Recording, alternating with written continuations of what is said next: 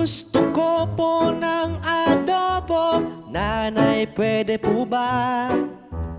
Gusto ko po ng adobo, tatay pwede po ba?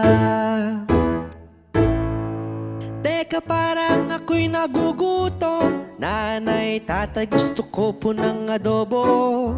Sila'y pumunta ng kusina at sabi, halika nak, magluluto tayo ng adobo.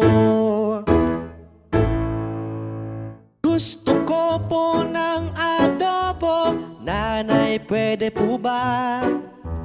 Gusto ko po ng adobo, tatay, pwede po ba? Matapos ihanda ang mga sangkap, nagsimula na silang magluto. Pinagsama-sama at pinaghalo, saka nilagyan gamit ang suka at toyo.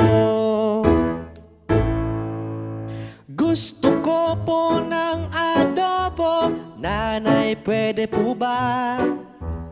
Gusto ko po ng adobo, tatay, pwede po ba?